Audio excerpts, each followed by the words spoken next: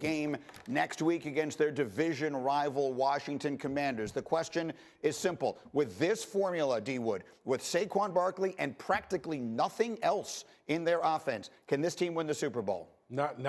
They need more in the passing game. You're going to have more. If you're going to play either Patrick Mahomes or Josh Allen, you're going to need more than you're going to play Jaden Daniels Sunday. You play Jaden. We ain't even gotten to, start talking about him yet. They got to have more out of the passing. And Saquon Barkley is unbelievable. That weapon of the offensive line is unbelievable. Their defense got tested big time by Matthew Stafford. The passing game is lacking. And we've been talking about this now for some time, for weeks now. What's going on with Philadelphia Eagles passing attack? What's going on with A.J. Brown and company? They're going to need more. If they want to be champions, Super Bowl champions, got to have it. Got to get more. In the last two games, to my two quarterbacks over here, A.J. Brown has a combined total of 3 receptions for 24 yards. That's in their 2 playoff games. Saquon has been unbelievable. They found a way to hold on at the end. Can they ride this formula to a championship? In some ways, it's a compliment to how good this team is, that you can have a guy like A.J. and he can be non-existent and you can still win big ball games like this. Listen, I think the Eagles got bailed out by the weather yesterday, right? In a lot of ways, this really played into their hands. I mean, I think if there's better weather, they probably lose this ball game. I mean, they net passing of 65 yards. I mean, you're not going to hoist a Lombardi doing that, right? They've got to step up. A.J. Brown is one of the best receivers in football, right? Like, you don't have to get complicated with this run game, with Saquon, with this offensive line. When he's one-on-one, throw it to him. They've got to get him involved. How you want to look at it is the question. No, they're not going to beat probably Washington or those AFC teams throwing the football the way they are. Okay, it has to get better. Last week, I thought they recovered up. This week, I didn't think that Jalen trusted when people were open. That being said, I do want to give him credit for some of the checks that he made at the line of scrimmage to create some huge plays. And then also, he doesn't give the ball away. Yeah. You got to give him credit for that. So while I do believe that there are examples yesterday of him just not being confident throwing the football, you also have to give him credit for not doing the critical mistakes and doing everything that's necessary to not lose the game, and that spins the way to win the game. These are the checks at the line of scrimmage. I know Lou wants to get in here. Yeah, no. Okay, so they got a load front, meaning everybody on the defensive line for the Rams, big bodies, is up kind of towards the left of the line of scrimmage. They got little guys near the bottom of the screen. Jalen checks to this. That means they got big people blocking little people. Mailata's blocking a corner, okay? Their right tackle, Lane Johnson's blocking a corner. That's how you get so many people that's away from the football in huge runs. But that's a check by Jalen Hurts. And the one late in the game, Alex knows his safety's dropping down to the offense's right. Jalen's going to alert, opposite, meaning we want to run away from him. He takes Saquon, flips him to his right, and what happens is you get a numbers advantage, and then if one guy gets out of his gap up top, which is what's going to happen sometimes against this offense because you're selling out to stop it, this is a huge run for Saquon, and that safety doesn't take a necessary angle, and it's space and green grass for Saquon in this offense. Or white snow in this case. But those are checked by the quarterback. Yeah, no kidding. Okay. So you realize then that Jalen Hurts was responsible for, without a doubt, the bare minimum, 21 points. With 2 massive Saquon Barkley runs and then his own run. Not to mention, he threw a beautiful ball in the snowstorm to A.J. Brown, who dropped. He dropped it. That was a touchdown pass. And you talk about the net yards. He threw a beautiful ball to Devontae, who got his head knocked off. You can add 50 yards to that total, too. So it's okay. It's okay. It's okay for Josh Allen to go 16 for 22, 127 yards, and an 86.7 rating, and only 20 yards rushing. 10 yards, 10 carries, 20 yards. It's okay for Patrick Mahomes to go be 16 for 25, net yards of 162, a 98 rating, 1 touchdown, 7 carries for a whopping 14 yards. But with Jalen Hurts, who's 15 for 20, 128 yards, 6.4 yards per attempt, a 91.2 rating, 7 carries for 70 yards, then it's not okay. Do you understand that makes no sense? Again, does Jalen Hurts need to play better? Absolutely. I think all three of those quarterbacks didn't play spectacular. But what Jalen Hurts did, though, yes, again, he took some sacks, which were bad. He missed some throws, which were bad. But to say that the weather bailed out the Eagles, that's one of the most asinine things I've ever heard. That's insanity. That is that the weather helps the passing game with all the slip it and slide in for Matthew Stafford. As Darius Slay talked about. As Tom Brady has talked about. That it's harder because the receivers have the advantage. Because they have to react to the receiver, so they're going to slip and slide more. The receivers know the route where they're going. So that actually helped the Rams passing game. The drop passes, from A.J. Brown. The dropped interceptions that Matthew Stafford was throwing. So to say that the weather bailed out, part of what makes Jalen Hurts special is his ability to run, and he was kind of struggling in the snow.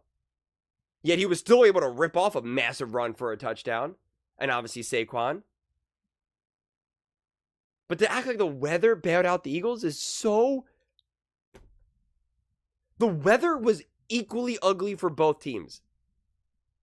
And the advantage was actually for the Rams. I said going into this game, the weather could affect, it's too hard to predict how this weather is exactly going to affect. Because I said, if the ball's really slippery and it's really coming down there, it could affect the passing. But if it's not, but it's just slippery, then it actually helps the passing. It was like, it really all depends. We don't really actually know. But to pretend like the weather somehow helped, I don't understand. I really don't. Because they even highlighted on the broadcast itself, because Stafford went 26 for 44, 324 yards. 2 touchdowns. The weather helped punching out that fumble on Stafford. The weather helped, punching out that fumble on Kyron Williams. I don't understand. That was the weather? Or was that like Jalen Carter being a beast? I don't understand. You tell me. Doesn't really make sense. Because the Eagles beat the Rams in perfect weather and did exactly this. In fact, Saquon Barkley was able to rush for even more yards. So I don't understand. If the weather affected the Eagles in a negative way, and the Rams' negative way, take away those negatives and turn them into positives, if we remove the weather, the Eagles still score more points. The Eagles still score more points. And yeah, Jalen Hurts was not very comfortable throwing in the snow like that. That's clearly not something that he's comfortable doing. Yeah, many quarterbacks are like that. Not all quarterbacks are able to play in a snowstorm. But they were smart, and he didn't turn the ball over. He did not turn the ball over. He did not throw that interception. Matthew Stafford literally almost threw at least a minimum of 3 interceptions. Cooper DeJean dropped one. Darius Slay dropped one. And then again, I forget who it was when they both called the ball at the same time. I forget who the defender was. But even on the broadcast, they said, look how soft the Eagles defense is playing right now because of the weather. Because of the weather. It wasn't like a prevent defense thing. It was because they had to give them extra cushion. Because of the snow. Because the defense can slip. That benefits Matthew Stafford and the passing game for the Rams. Their secret weapon. Their superpower. So their superpower got to be turbocharged. So stop. The weather bailed them out. Dude, the ref... no. I can't.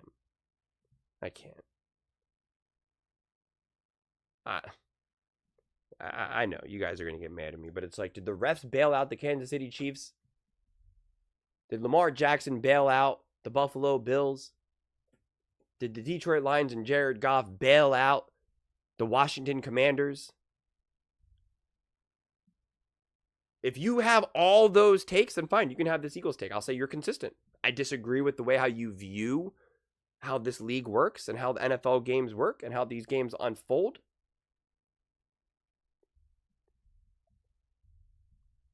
But at least I'll say you're consistent.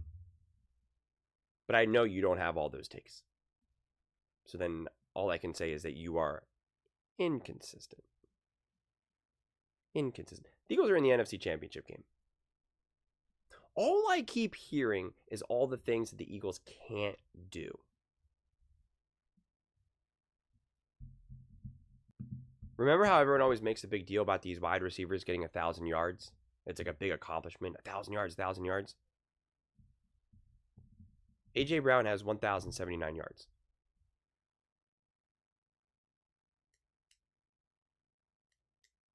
And that's not good. I don't understand. He's got 1,000 yards. And he missed multiple games. He was literally out for multiple games.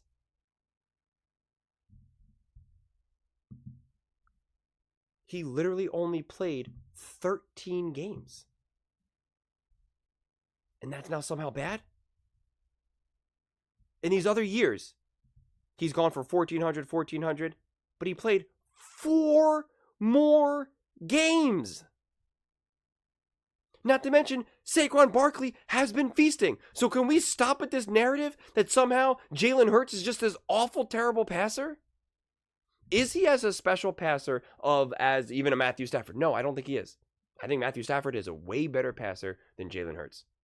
Can Matthew Stafford rip off a 60-yard touchdown run? Does Matthew Stafford enhance his run game for his big-time running back? No, he can't. No, he can't. Devontae Smith, 833 yards. Again, missed 4 games. Easily would have been another 1,000-yard receiver. So Jalen Hurts would have thrown to 2 different receivers for over 1,000 yards if they actually played the full season together. And yet somehow we just want to keep saying that Jalen Hurts is not good and Jalen Hurts can't throw the ball. I don't know. Here's Jalen Hurts. Top 5 in yards per attempt. Well, that sounds pretty good. Here's Jalen Hurts. Top 8 in completion percentage at 68.7. So just a point off. So 1 percentage off from being top 5. That sounds pretty good. You can't see it because it goes so low. Jalen Hurts, the bottom of the NFL in interceptions. That seems pretty good. So let me get this straight. He's top in yards per attempt. He has one of the lowest interception rates. He has one of the highest completion percentages. And he's a bad passer? Well, he must have a bad passer rating then, I assume, right? Oh, what's this? He's top 5? Whoa. He's top 5? That's crazy. I don't understand. That seems pretty good. And Jalen Hurts, when you even combined running backs, he's top 9, including running backs. He's right next to Lamar Jackson. Lamar Jackson's 90.4. He is 90.3. He's got 736 rushing yards. He's got more rushing yards than most running backs. But he's bad. So he can throw at a high percentage. He's got a great passer rating, great accuracy, great decision making, knows how to run and execute an offense, but he's somehow bad. And like Coach Dan Casey put it, don't just judge a quarterback by passing stats. Judge them by their ability to operate the offense. I wish there was a stat for checking into an effective play, as Dan Orlovsky so perfectly put it.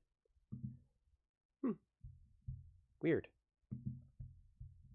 Jalen Hurts, out of all the quarterbacks, top 3 in run as well. Top 3. Literally right next to Lamar Jackson and Josh Allen. Brock Purdy's up there because he doesn't run a lot, so he's run a few times, so it kind of boosts it up. But when you have Patrick Mahomes, Jaden Daniels, it's almost like he's actually a pretty good, complete quarterback. Is he the most special passer in the world? Definitely not. Most definitely not. But when you add everything else combined together, seems like he's pretty good. Seems like he's pretty good. But those are just my thoughts. I'd absolutely love to hear yours. What do you guys all think about the Philadelphia Eagles and Jalen Hurts?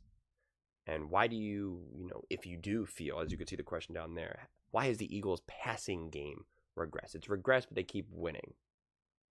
And they keep staying in control of games. Let me know in the comments below.